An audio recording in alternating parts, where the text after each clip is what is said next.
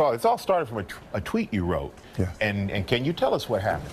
First of all, you know, back in February 2016, I was assaulted by Adam Venit, who is the head of the motion picture department at William Morris Endeavor, one of the biggest agencies in the world, period. And what was wild is that my wife and I were at an event with Adam Sandler, and you know, the thing is, he's also Adam Sandler's agent. He's Sylvester Stallone's agent.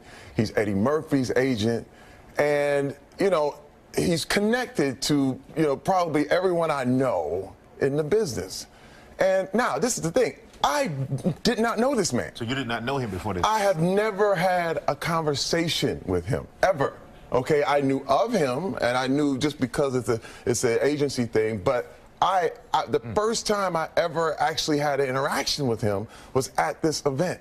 And I'm looking at him, and he's basically staring at me, and he's sticking his tongue out, and you know, it's just overtly sexual kind of tongue moves. And I'm sitting there like, it's a party, it's packed, the whole thing, and I'm looking like, is this a joke? I mean, I don't understand. It was actually so bizarre. And he keeps coming over to me. He comes over to me. I stick my hand out, and he literally takes his hand and puts it and squeezes my genitals, and I'm jump back like, hey, hey. And he's like, and he's still licking his tongue out and all this stuff. And I go, dude, what are you doing? What are you doing? And then he comes back again.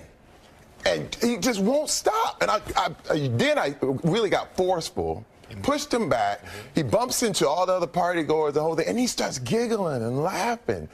And let me tell you, Mike, I have never felt more emasculated, more objectified. I was horrified. I went over to Adam right then and there, and I'm, Adam, man, come get your boy. What is his problem?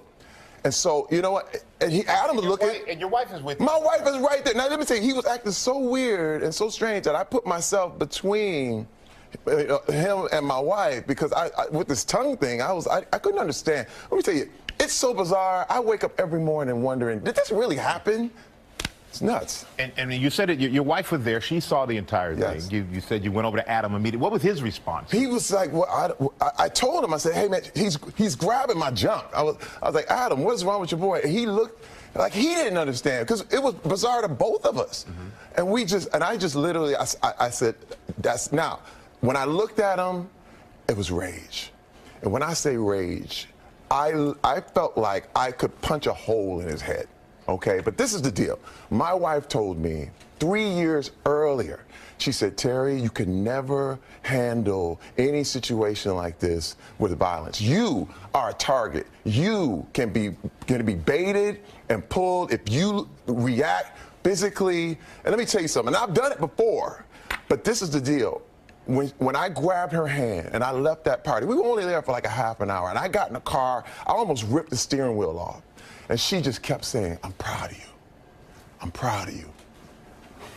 I'm proud of you. And I just said, man. She calmed you down with that. She calmed me down because she was the one who told me that this kind of thing would happen, and that if you could be baited. And this is the thing, if I would have just retaliated in defense, I would be under the jail right now. And that's one thing I knew, that being a large African-American man in America, I would immediately be seen as a thug, but I'm not a thug. Because a lot of people would say, if that happened to me, the first thing I would do is I would strike back at somebody. But you chose not to do that. Well, it literally, my wife had me prepared.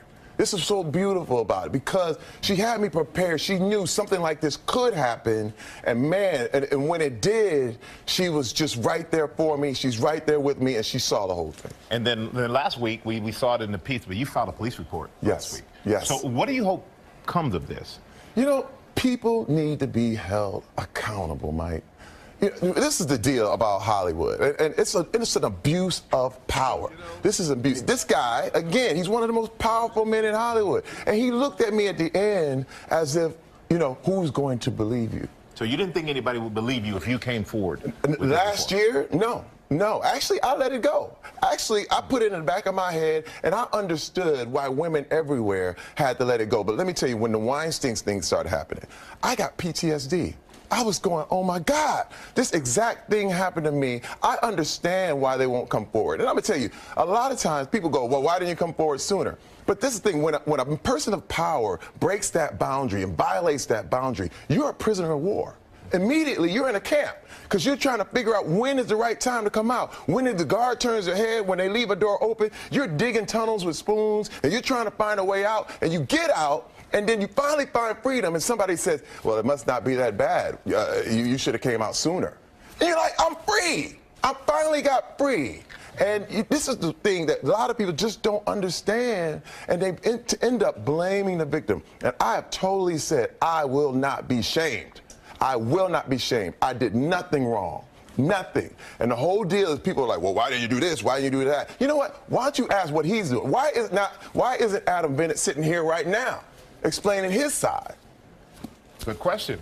And you wrote that tweet a few days after Harvey Weinstein's story broke. Exactly. So you felt empowered by everyone else's stories. I did. That let you step out of the darkness, if you want to say. Let me tell you, I was a keynote speaker at this place called Center for Community Solutions that dealt with relationship violence, sexual assault, and I heard all these stories from all these women who had finally get strength from each other's stories, and they came out, and I said, man, what kind of man would I be to tell my kids, if someone touches you where you don't want to be touched, tell someone, and then I don't do it.